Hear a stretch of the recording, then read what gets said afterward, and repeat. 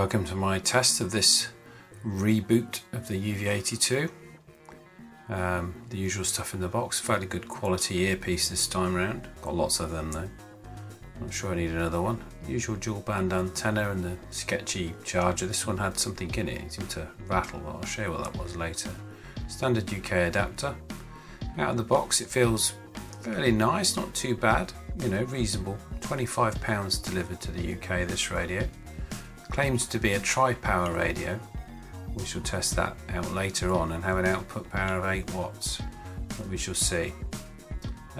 Fairly well made, a nice keyboard, a definite upgrade from the old radio. The usual buttons on the side there and the dual PTT for the top and the bottom VFOs, which is quite useful. Some people like it, some people don't. Comes with the obligatory film, although it didn't stop the display being slightly scratched on this for some reason, which is a bit annoying. The standard microphone and earphone on the side there, and it looks very similar to the old battery, but it's not compatible with the old one, which I'll show you in a little bit. It slides on and clips into place nice and firmly nonetheless, and I haven't yet tested out the capacity, but I assume it's going to be there or thereabouts. Turning the radio on, it's very similar to the existing. This is the rattle. You can see there's something loose in there. So I popped it open, and there's not a lot in these chargers. If you've never had one open before, they're worth taking apart just to see how little there is in them. And in this particular one, as it fell out on the table, it was a tiny little piece of solder. I couldn't just see it when I tipped it out, but I found it after a bit of a rattle. As you can see, there's nothing on these chargers, but they all follow the same principle, and that was what was rattling about, a loose piece of solder. Anyway, here's the battery and the radio, and we've got that's off the old one. This is the new one for comparison, and that's the old one. So very similar weight there. Where they do differ is obviously on the physical styling. The new radio is a lot more square. The old one, I'd have to say, is probably a bit better looking. The new one is a bit sort of odd looking. It's a male SMA, so it follows the same format for that. The battery does look the same, but they're not interchangeable. And as you can see there, I'm trying to fit the battery on, and we try and get the old radio into the new charger, and it doesn't fit, so you can't, they're not cross compatible between these. So if you've got the old one and the new one, you'd have to use the new charging base, and the batteries, although they look the same, you can't swap them over. It has the usual functions on for the flashlight. Quite a nice bright flashlight on this one actually, unlike some of the cheaper radios.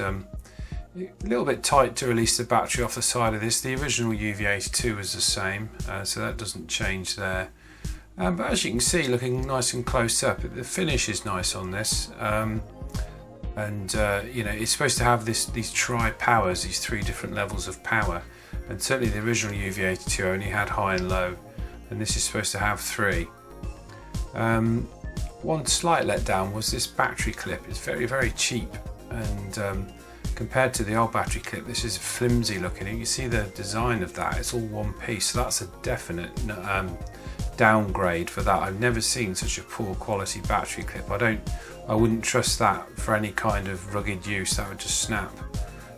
By comparison, there's the one off of the original UV82, which is solid and well sprung, so that's a definite downgrade for the new radio. Channel mode. So you can see a nice bright keypad. 1514. And a quick demo of it in the dark, just to show you just how bright that keypad is. It really is a very bright keypad. The old UV82 keypad wasn't too bad either, but this is exceptionally bright. And but it's a nice soft push keypad. It's a really nice feel. It feels good. Like I say, you can program the function buttons. I haven't covered programming this radio because it's a standard affair in Chirp if you want to program it. Like I say, it comes with a nice, good quality, good grade earphone. Never use them though. Basic manual, the usual affair, nothing too amazing. I don't think you really need to read those.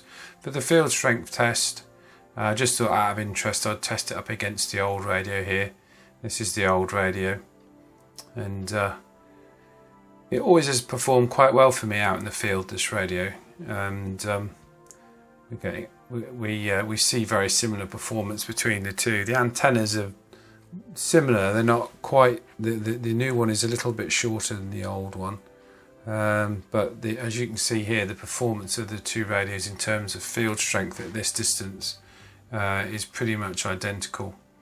So I'm going to go ahead and say that the performance is going to be very similar,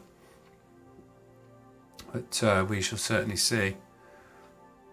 Okay, on the website, it did show this radio, like I say, as a tri-power, a bit like the GT5 TP is tri-power, and so I was hoping for great things with these three levels of power, 8, 4, and 1. So we'll put it through its tests, and we'll see what it can accurately achieve on the power meter there and out in the field. I was hoping for great things, but we'll see. We'll see how it gets on anyway.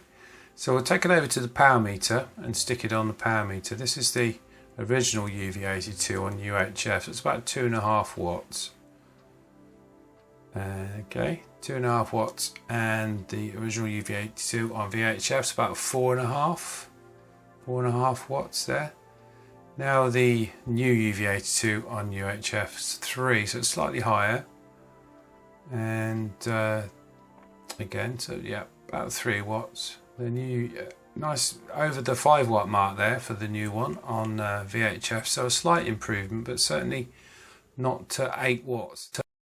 This is G7LNK portable, G7LNK portable with the UV82 Plus at location A, 3 miles UHF test, high power testing, 1, 2, 3, 4, 5, 5, 4, 3, 2, 1.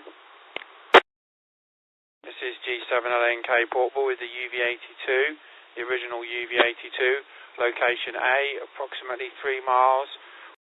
This is G7LNK portable testing the UV82 Plus, the tri-power new version at location A, VHF test.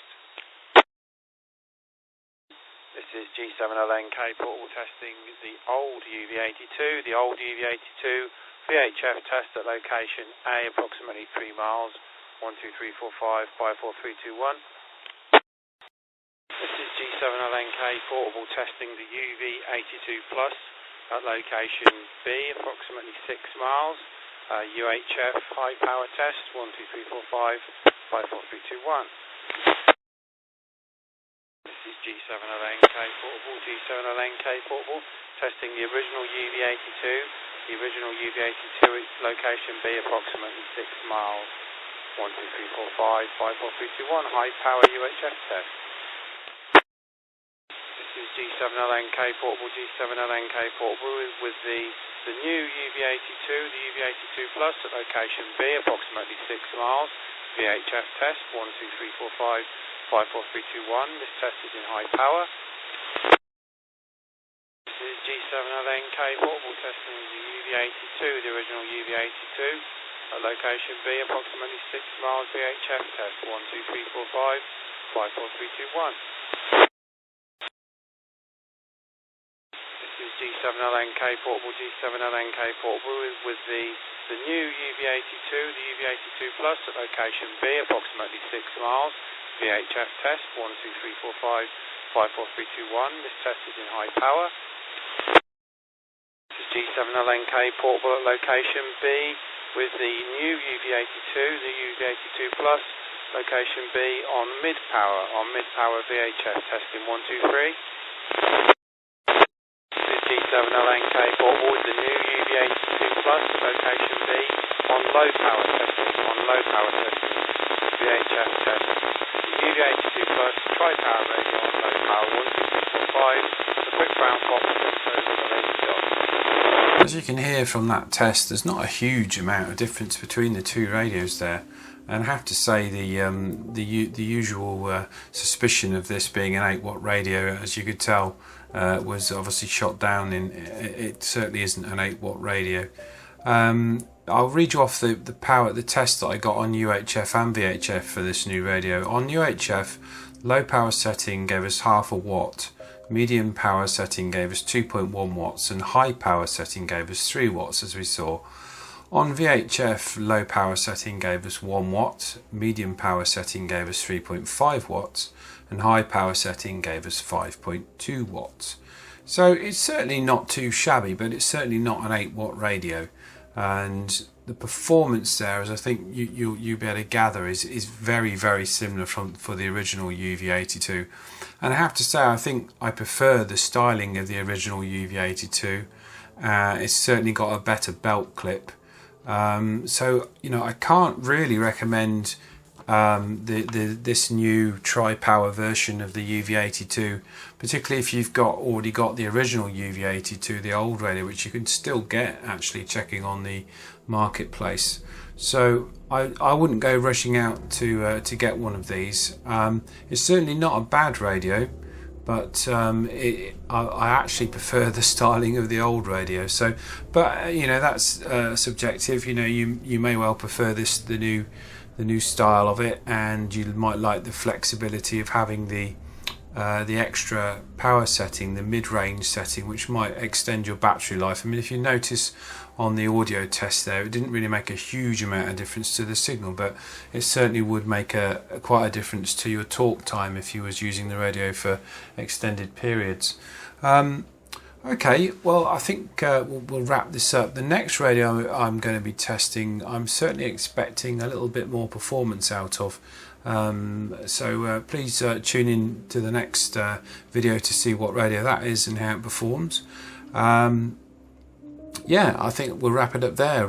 If you have been, thanks ever so much for watching. Don't forget to like and subscribe to the channel if you're not already subscribed.